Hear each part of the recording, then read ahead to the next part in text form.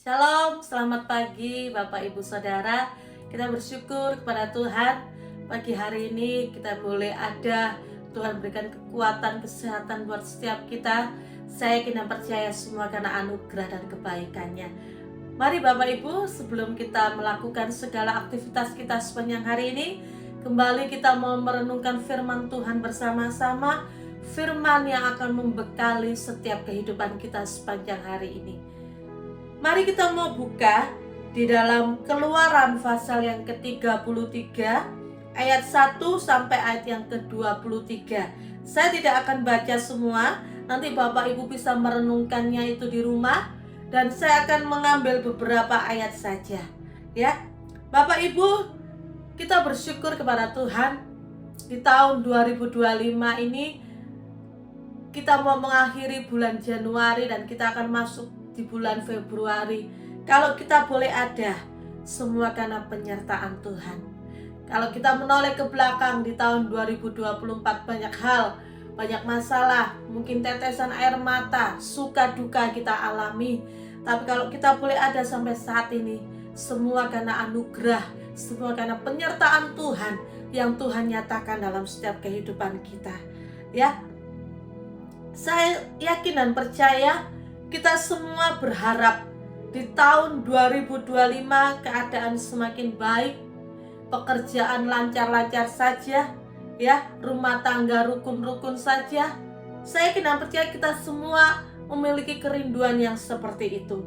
Tapi dalam perjalanan setiap hidup kita, pasti ada yang namanya proses yang terjadi. Maka dari itu, kita butuh yang namanya penyertaan Tuhan. Kita butuh yang namanya Tuhan turut campur tangan di dalamnya. Saya yakin dan percaya, kalau Tuhan menyertai hidup kita, apapun boleh kita alami, apapun boleh kita lewati. Saya yakin dan percaya, kita akan tampil menjadi pemenang-pemenang di hadapan Tuhan. Mari Bapak Ibu, kita mau baca di dalam Keluaran 33 ayat 1 sampai dengan ayat yang ketiga.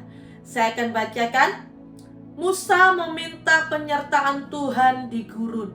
Berfirmanlah Tuhan kepada Musa, "Pergilah, berjalanlah dari sini, engkau dan bangsa itu yang telah kau pimpin keluar dari tanah Mesir, ke negeri yang telah kujanjikan dengan sumpah kepada Abraham, Ishak dan Yakub. Demikian, kepada keturunanmu lah akan kuberikan negeri itu." Ayat yang kedua, "Aku akan mengutus seorang malaikat berjalan di depanmu dan akan menghalau orang Kanaan, orang Amori, orang Het, orang Feris, orang Hewi, dan orang Yebus."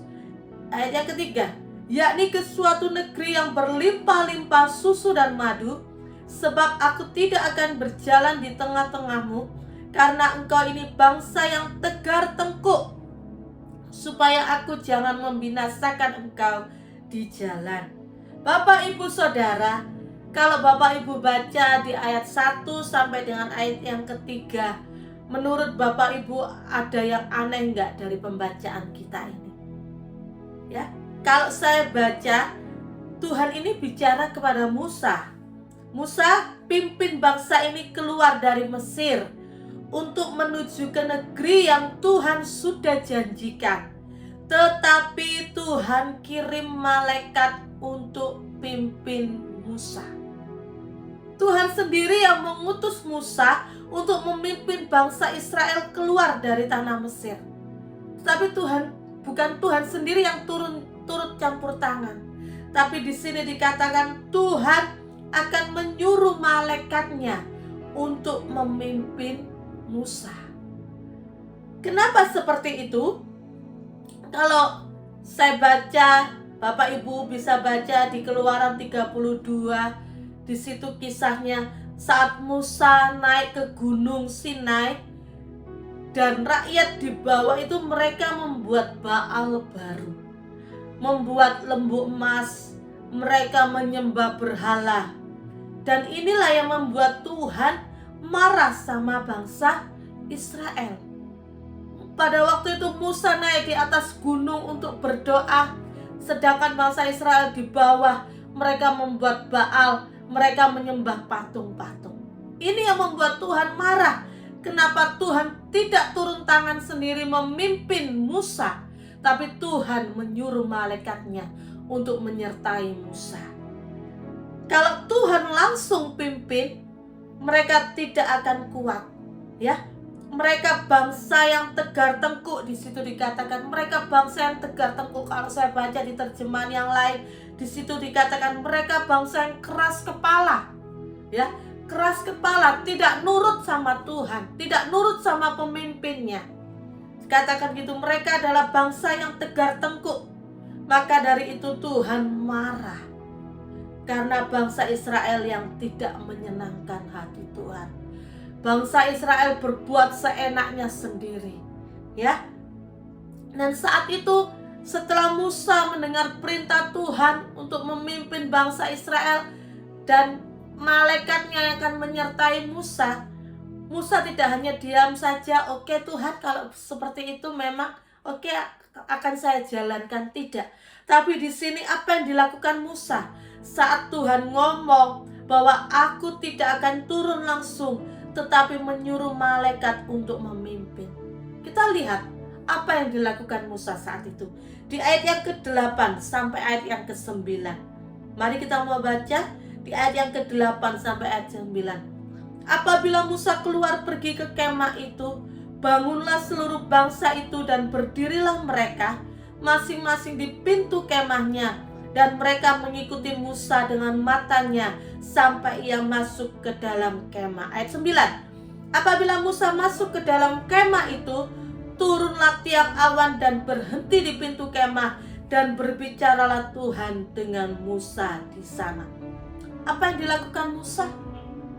Musa datang kepada Tuhan, ya. Musa datang kepada Tuhan dan membuat kemah pertemuan. Musa merendahkan diri kepada Tuhan, memohon belas kasihan untuk bangsa Israel, ya. Musa bernegosiasi oleh Tuhan, ya. Musa menyadari tanpa penyertaan Tuhan, perjalanan mereka akan sia-sia. Maka dari itu Musa datang kepada Tuhan, memohon belas kasihan, memohon pengampunan untuk bangsa Israel. Ya, Musa mencoba mengambil hatinya Tuhan supaya Tuhan merubah keputusannya. Dan saat itu terjadilah percakapan antara Tuhan dan Musa. Ya, kita melihat di saat Musa berdoa, situ dikatakan tiang awan turun di tengah-tengah pada waktu Musa berdoa, dan terjadilah percakapan, terjadilah negosiasi antara Musa dengan Tuhan. Ya, Musa memberikan 3 permintaan kepada Tuhan. Kalau Bapak Ibu baca di ayat yang ke-12 sampai 13, tidak usah saya baca, nanti Ibu bisa baca sendiri. Di situ dikatakan Musa berusaha mengingatkan Tuhan, merayu Tuhan. Musa mau Tuhan sendiri yang memimpin Musa untuk membawa bangsa Israel ini keluar. Musa merayu, mengingatkan Tuhan, Tuhan sendiri yang menyuruh aku untuk memimpin bangsa Israel ini. Tetapi kenapa Tuhan tidak turun tangan sendiri? Kenapa Tuhan mengutus malaikatnya? Musa berusaha mengingatkan Tuhan, ya. Dan ayat yang ke-14, Musa minta Tuhan sendiri yang membimbing. Kita baca di ayat ini, ayat yang ke-14. Di situ dikatakan, lalu ia berfirman, aku sendiri hendak membimbing engkau dan memberikan ketentraman kepadamu. Ya, Musa meminta kepada Tuhan biar Tuhan sendiri yang membimbing. Ya, Tuhan sendiri yang membimbing. Dan ayat yang ke-15 di situ dikatakan Musa tetap memaksa Tuhan. Kalau saya baca di ayat 15 di situ dikatakan, berkatalah Musa kepadanya, jika engkau sendiri tidak membimbing kami, janganlah suruh kami berangkat dari sini. Musa ngotot kepada Tuhan. Musa katakan, jika Tuhan tidak membimbing kami, jangan suruh kami berangkat dari sini. Ya, Musa sangat memohon kepada Tuhan. Musa sangat meminta pengampunan buat bangsa Israel. Musa katakan, Tuhan, kalau bukan Tuhan sendiri yang turun tangan untuk memimpin bangsa Israel ini, jangan suruh kami untuk berangkat dari tempat ini. Artinya Musa minta bukan malaikatnya yang diutus, tetapi Tuhan sendiri yang turun tangan untuk memimpin bangsa Israel ini. Dan apa yang dilakukan Musa itu tidak sia-sia, Bapak Ibu Saudara. Ya, tidak sia-sia. Pada waktu Musa ngotot kepada Tuhan, Musa minta belas kasihan Tuhan. Apa yang dilakukan Musa itu tidak sia-sia. Dan akhirnya kita melihat Tuhan merubah keputusannya. Ya, Tuhan merubah keputusannya di ayat yang ke-17. Di situ dikatakan, berfirmanlah Tuhan kepada Musa, juga hal yang telah kau katakan ini akan kulakukan, karena engkau telah mendapat kasih karunia di hadapanku, dan aku mengenal engkau. Luar biasa. Tuhan merubah keputusannya. Dari Tuhan menyuruh malaikatnya untuk memimpin Musa. Dan di saat Musa memohon belas kasihan Tuhan, Musa meminta pengampunan kepada Tuhan. Dan di sini akhirnya Tuhan sendiri yang memimpin bangsa Israel. Keputusan Tuhan tiba-tiba berubah, ya, berubah. Bukan karena Tuhan melihat bangsa Israel yang sudah mengecewakan hati Tuhan, tidak. Tapi Tuhan melihat seorang pribadi Musa yang dengan kesungguhan hati dia memohon kepada Tuhan untuk pengampunan bangsa Israel. Musa meminta belas kasihan Tuhan, dan akhirnya di situ dikatakan, akhirnya Tuhan sendiri yang pimpin bangsa Israel. Karena Tuhan melihat pribadi Musa yang mendapat kasih karunia. Bapak Ibu Saudara, dari kisah ini, ya, dari kisah ini kita melihat pelajaran apa yang bisa kita simpulkan. Dunia tidak semakin baik. Dunia tidak menjamin kita semakin baik, ya. Tetapi kita melihat, biarlah kita belajar dari pribadi Musa. Kita belajar dari pribadi Musa. Musa minta belas kasihan Tuhan. Musa ambil hatinya Tuhan. Setiap pagi mari kita mau datang kepada Tuhan. Kita berdoa sebelum kita melakukan aktivitas kita. Kita meminta belas kasihan Tuhan. Kita berdoa supaya sepanjang hari itu Tuhan memimpin setiap langkah hidup kita. Karena kita tahu dan kita sadar, tanpa Tuhan, tanpa penyertaan Tuhan, kita tidak bisa berbuat apa-apa. Ya, setiap pagi kita datang kepada Tuhan, menjalin hubungan yang dekat dengan Tuhan. Kita minta tuntunan Tuhan melalui firman Tuhan. Setiap pagi kita disuguhkan roti gembala. 1-2 ayat dari roti gembala, saya kena percaya itu memberkati setiap pribadi kita. Dan roti gembala ini, firman Tuhan yang disampaikan, itu bisa bekal buat kita untuk kita jalani sepanjang hari itu. Mari Bapak Ibu Saudara, pagi hari ini kita memperbaharui komitmen kita. Di tahun 2025 kita mau semakin dekat dengan Tuhan. Kita mau semakin sungguh-sungguh kepada Tuhan. Kita minta penyertaan Tuhan nyata atas setiap kehidupan kita, ya, supaya Tuhan berkenan dalam hidup kita. Dan penyertaan Tuhan itu sempurna dalam setiap kehidupan kita. Amin. Bapak Ibu Saudara, pagi hari ini firman Tuhan mengajarkan supaya kita sungguh-sungguh mengutamakan Tuhan. Kita fokus kepada Tuhan. Jangan lihat sekelilingmu, jangan lihat keadaanmu, jangan lihat sakit penyakitmu, tapi lihatlah Tuhan yang ada bersama-sama dengan kita.